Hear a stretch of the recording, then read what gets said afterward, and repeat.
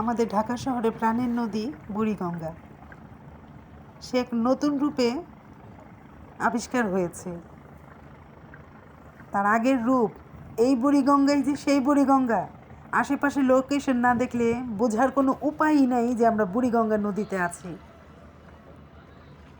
এত সুন্দর ফ্রেশ পানি, আগের যে দূষিত আবর্জনাযুক্ত বা দুর্গন্ধযুক্ত কালো পানিগুলো ছিল ওগুলো তো নেই, একটা আবর্জনা নেই, পুরা ফ্রেশ নদী। শুধু একটু স্রোত, খুব বেশি স্রোত, ছোট ছোট ঢেউ, কিন্তু আগের সে বুড়িগঙ্গার মানে বোঝার কোনো উপায় নেই, সে আগের চেহারা নাই। বুড়িগঙ্গা টোটালি চেঞ্জ হয়ে গেছে। প্রচুর স্রোত, মানে নৌকার মাঝিরা একদিকে নৌকাকে বেয়ে নিয়ে যাচ্ছে, কিন্তু স্রোতের কারণে প্রতিটা নৌকা আরেকদিকে চলে যাচ্ছে। তারা পারাপার হচ্ছে খুব কষ্টে, মাঝিগুলো খুব কষ্টে পারাপার হচ্ছে নদীটা। আমাদের শান্ত নদীটা এখনও শান্ত আছে, তেমন একটা অশান্ত হয়নি, বাট ওই যে স্রোতে টেনে টেনে আরেক দিকে নিয়ে যাচ্ছে। বন্যা কবলিত স্থানগুলো, অঞ্চলগুলোতে যে নদীগুলো আছে ওগুলো অশান্ত হয়ে গেছে। কষ্ট লাগছে, খুব কষ্ট লাগছে। যে সমস্ত অঞ্চল প্লাবিত হচ্ছে বা মানুষ গৃহহারা হয়ে গিয়েছে যে সমস্ত অঞ্চলে, তাদের জন্য খুব কষ্ট হচ্ছে। কিছু করতে পারছি না, নিরুপায়।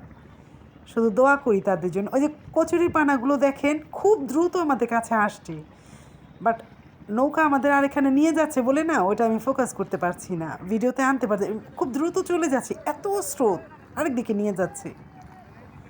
তো যেখানে বন্যায় প্লাবিত হয়েছে, মানুষ গৃহহারা হয়েছে, কষ্ট করছে, তাদের জন্য আল্লাহর কাছে দোয়া করি, আল্লাহ খুব তাড়াতাড়ি বন্যার পানিগুলো তুমি আল্লাহ সরিয়ে দাও।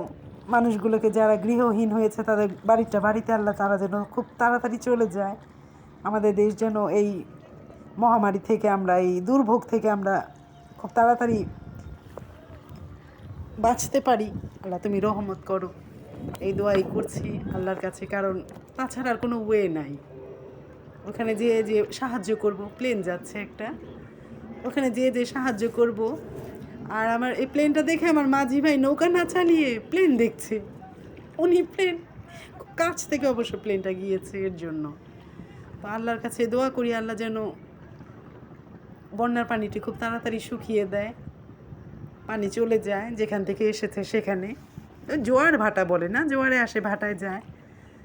তো যাই হোক, বুড়িগঙ্গাটা দেখে খুব ভালো লাগছে। রোদে গ্লেজ, কি পরিমাণ যে গ্লেজ মারছে পানির মধ্যে। আর হচ্ছে আমার ক্যামেরায় ধরা পড়ছে কিনা জানি না, ছোট ছোট পাখি মাছই খাচ্ছে না কি খাচ্ছে জানি না, নদীতে আসে কি যেন মুখে করে আবার উড়াল দিয়ে চলে যায়। অনেক পাখি, অনেক পাখি। তো আল্লাহর কাছে দোয়া করি আল্লাহ বন্যার পানিটা তুমি তাড়াতাড়ি আল্লাহ ঠিক করে দাও, পানি শুকায় দাও। এ দুর্ভোগ থেকে তুমি আমাদের দেশকে রক্ষা করো। দেশের এক একটা যারা ক্ষতিগ্রস্ত হয়েছে, এক একটা লোকেরা তুমি রহমত করো, সবাইকে আল্লাহ তুমি ভালো রাখো। ক্ষয়ক্ষতি তো অনেক হয়েছে, অনেক প্রাণও গিয়েছে।